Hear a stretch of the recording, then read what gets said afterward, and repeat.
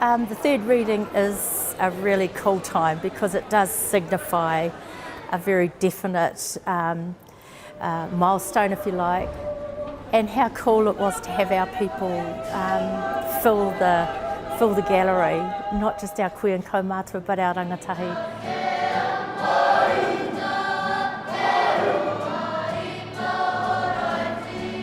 So I think there's probably a couple of emotions really.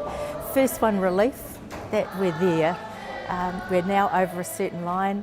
But the second one, just this whole sense of achievement. And I too thought back to not just Uncle Jim Remini, Uncle Cookie, my own parents, people who aren't here, and this meant a lot to them.